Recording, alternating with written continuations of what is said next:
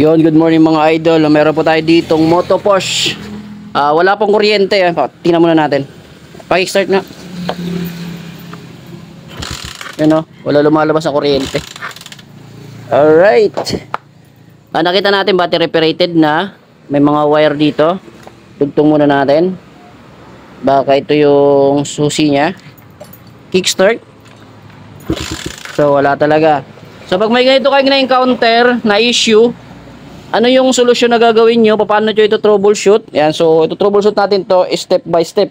Kung saan talaga yung sira, kasi maaaring pwede yung sira galing sa stator or galing sa regulator o galing mismo dito sa LCDI o mismo sa pagko-convert, pwede rin, baka may grounded. Yan, o baka may lost connection. So alamin natin yan dito po sa Pinoy ng ating tropa. Pinoy po ay naka-primary type na stator pero naka-convert na po siya sa battery operated o 4-pin. Ayan. Okay? So, check natin to step by step kung saan talaga yung sira. Okay? Una tayo dito mag-check. Check natin dito sa stator. Tutumbukin natin kaagad. Kasi ang sabi ni tropa, pinagawa niya daw to, may napansin ng problema sa stator. So, check na lang natin kaagad yung stator. Alright. Okay. Sa pag-check ng stator, pansin natin dito yung kanyang stator na nakakabit ay hindi na po original kasi nagpalit na daw po sila. Mukhang bago pa. Kung masin nyo, ano, ang bago pa to. Ito ay naka battery operated na po ito. Hindi na po siya primary type yung kanyang stator. Ayan. Wala po siyang itong kulay, oh, yung black na may guhit na red. Yan po yung primary. So dito wala na kayo makikita ang primary. Ayan, 4 lang po. Ito po ay charging sa light coil. Ito yung charge coil. Ito naman yung negative ng pulser. Ito yung positive ng pulser. Okay, so i-check natin dito kung good yung kanyang stator. Itong dalawang ito. Ayan. So sabi pa ni tropa, pag may biyahe daw siya na malayo, humihina daw po yung kuryente. So malalaman natin ito kung may ground. Sige nga. Sipa. Okay, wala naman. Sa kulay pink, the charge coil. Right. So ngayon, check natin yan. Yung ginawa ko pag-check kanina kung may ground. Ngayon naman, dalawa natin siyang iti-tester. Alright. So, ang gagawin natin dito, tutusukin natin yung pink. Yan, kasi bagong palit daw sila ng stator pero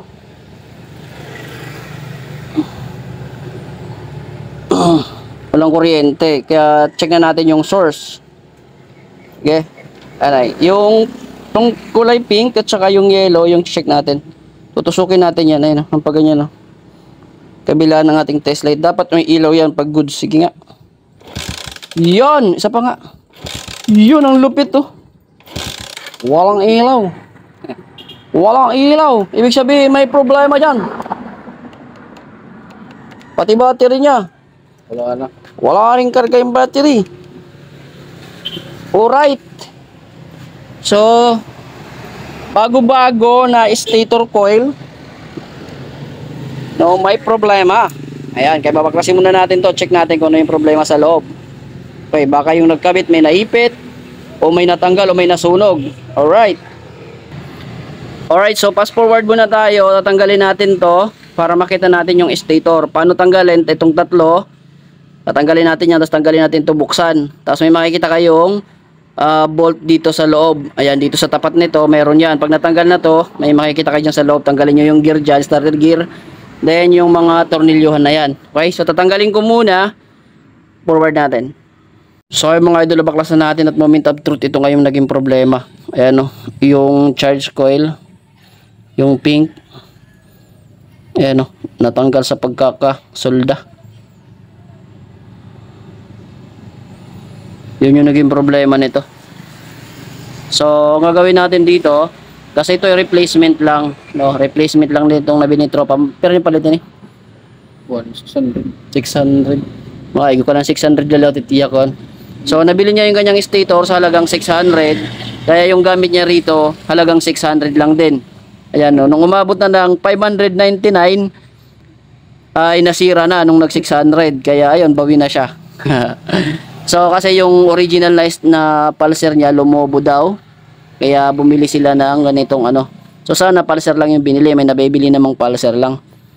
Ba't bumili ng buong stator? So siguro doon sa lugar na pinagdala nito nung nasiraan siya ay walang available na pulser, kaya stator yung binili. Okay, na replacement. Kaya babalik natin yung kanyang original, gagamitin na lang natin yung pulser na ito. Okay? So pwede naman yung isolda rito, pero napapansin ko hindi maganda po yung winding, manipis. At may history daw po ito na sabi ng tropa natin na pag bumiyahe daw siya sa gabi ay humihina daw po katagalan yung kanyang ilaw. Imbis na lalakas eh humihina, tapos hindi kumakarga ng maayos dito po sa kanyang battery. So ibig sabihin mahina po yung supply na galing dito sa main source o sa kanyang stator ng charging. Okay, kaya ganun, kaya babalik natin yung kanyang stock. Ayan yung stock.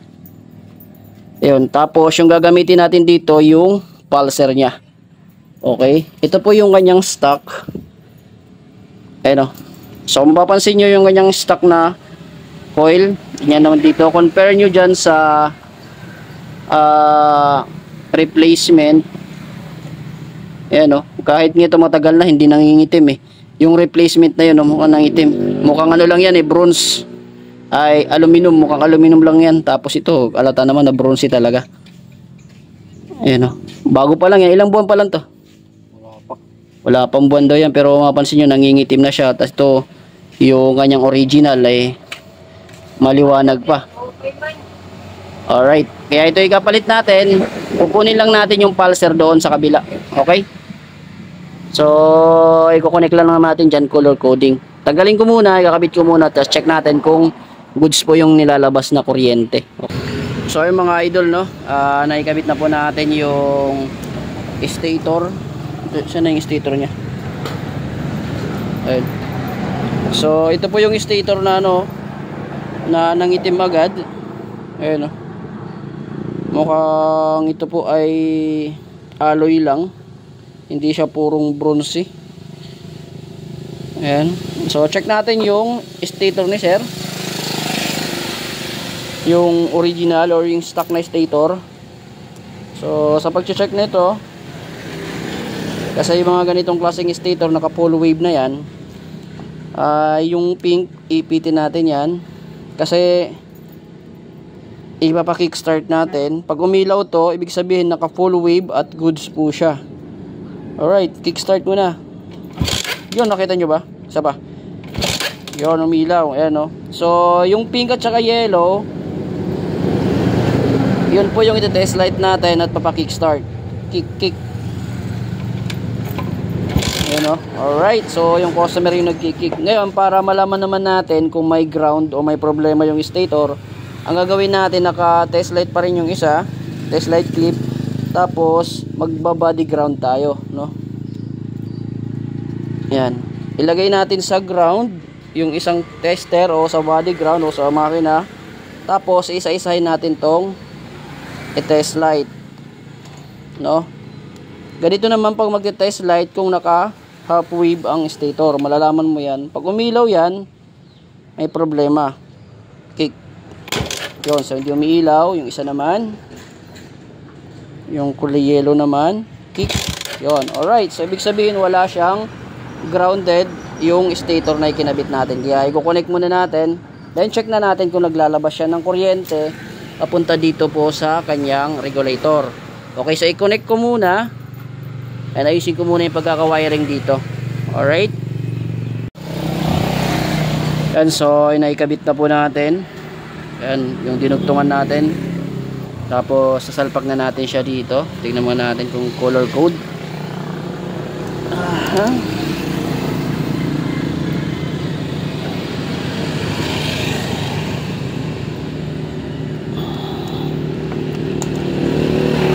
Parang nabubunot. Okay, yan, so color code. Yung isa pang bini-verify dito, halimbawa kasi Yung pag halimbawa manipis yung wire dito, tapos makapal yung wire dito, yung nangyayari yan, nagkakaroon ng pag-init dito sa socket. Kaya i-check natin yan pag umaandar na po yung makina. So pag mainit po yan, ibig sabihin hindi po maganda yung pagkakasalpak dito sa socket. Mas magandang erekta na lang, no, kung umiinit ito. Okay, so kung mapapansin nyo, may palatandaan po siya ng sunog. So malong sa lamang umiinit yan. Pero ngayon, check muna natin kung may kuryente na. Okay, so ito po yung kanyang pinaka switch. So positive po yan. Kuha tayo ng test light, ground muna natin, then check natin to, pa-kickstart natin kung ilaw. Kick, yun, wala oh. Okay, okay, walang supply. Check natin dito sa kanyang fuse.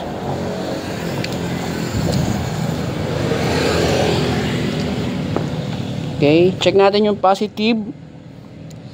Yung positive na papasok ng harness. Hindi yung positive na papasok ng baterya, yung papasok ng harness, yung galing ng regulator. Sige nga.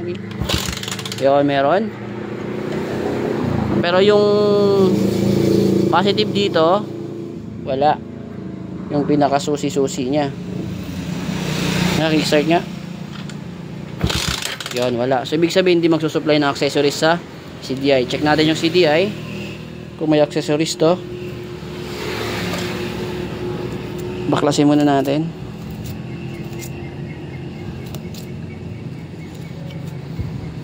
Napakaganda ng pagkakatip.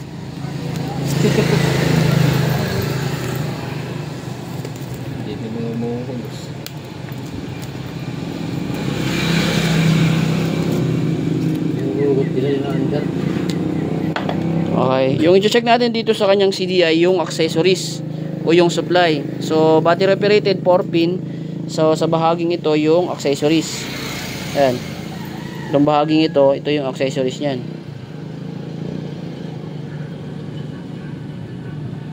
Ano ba? Wait lang ha. Medyo magulo kasi. Magulong buhay niya. Okay? So, kickstart nga. Yun, meron. May accessories yun. Nga. Yun, umilaw. Ibig sabihin, maglalabas yan ng kuryente. So, ba't ako? Ba't dito wala? Ito yung nagtatanong ko. Ito yung pinakasusi niya eh. Sige. Oh, wala. Pero dito, may ilaw na dito. May ilaw na dyan. Oh. Sige nga, kickstart nga. Yun, meron na. Okay. Check na natin sa kabila. Check natin kung may kuryente no. Yun no. Saan ba yun? Ay, sorry. Yo, may kuryente na. Okay, salpak natin. Iman natin yung kanyang catheter. So yan no. Yung kanyang spark plug cap.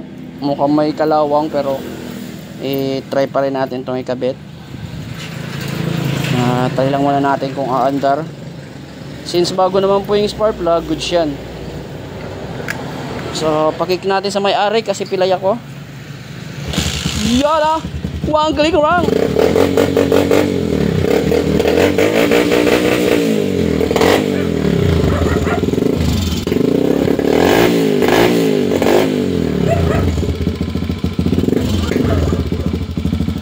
Okay, so wala ng battery, salpak muna battery. Wala ng gasolina, salpak muna natin yung tangke. At ayusin muna natin yung pagkaka-wire dito. Salpak ko yung tangke. Subukan natin. So ay mga idol, kinabit muna natin yung kanyang tangke. Katapos ayan. Paandarin muna natin. Kung one click lang. No, one click lang oh.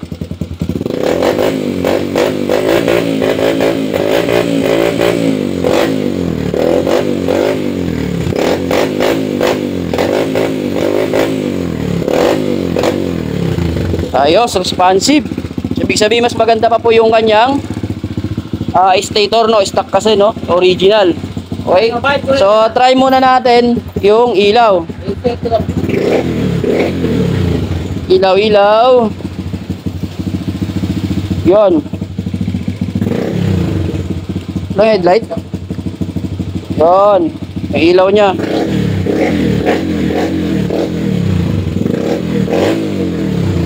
Sabi kasi ni tropa dito, pag bumibiyahe siya, humihina daw po yung ilaw. Ngayon, no, lakas ang ilaw niya. Ayan, no. Lakas. Tapos, yung sinasabi ko kanina dito, i-check nyo to. No, pag uminit to, kasi may tanda na parang uminit. Ayan, no. Ayan. Yung gagawin nyo dyan, pag may na-encounter kayong uminit yung ganito dito sa part nito ng socket, i-connect nyo, ipag-connect nyo lang mga idol. Lahat ng wire na lang dyan, i-connect nyo na siya. No? Yellow to yellow, pink to pink, tapos yung negative at saka positive na pulser. No, kumbaga hindi na tayo gagamit ng socket. Ganun kasi yung nangyayari pag maluwag dito sa socket o hindi sila naglalapat na maayos, ay i-re-recta mo na lang. Okay? Yun yung pinakamadali at pinakamabisa para hindi uminit po yung wiring kasi hindi po magkaparehas po yung kanilang ano dito yung kanilang wire kasi yung ginamit nating wire kasi yun nga yung stator ni tropa maiksi na po yung wire hanggang dito na lang. So yung ginamit natin na wire yung sa dito na stator na mahaba kasi hindi na po aabot dito. So dito mukhang mayroon siyang konting pag-init. Yan, mukhang okay naman. Okay, so kung may mapansin kayong uminit ito na talagang pag hinawakan nyo mainit, mas maiging connect nyo na lang po yung erecta nyo lang siya dito, no? Mabisa po yun, hindi yun iinit pag nangyari. Okay? So, tips lang po yun mga idol. So, dito, pwede pa to. Hindi naman po siya uminit. Meron lang po siyang konti, pero goods lang naman yan. Okay? So, kasi yung nangyari kasi, makapal yung kabilang wire, tapos yung kabila naman, medyo manipis. Kaya, tapos dito sa lubong sa socket, nagkakaroon ng problema kaya umiinit po siya. Okay, so dito okay na, goods na to. So check natin yung kanyang battery. So saglit lang natin pinaandar. Check natin yung battery. Kanina wala tong karga ayun oh, may karga kaagad yung battery oh. Ayun oh, goods na goods yung stator pati si regulator. Alright, so ganun lang po siya troubleshoot mga idol, no? Pag may na-encounter kayo na wala ng kuryente o kung may problema, unang-una syempre tanungin natin yung customer bakit nawala ng kuryente yung kanya motor. Alright, so kung may natutunan kayo sa video natin, baka pwede naman pa-like at share. Bye-bye! Sa bawat ride, dapat sure ka. Kaligtasan lakas, di ka mapahiya. From Luzon to Mindanao, service namin ay wow.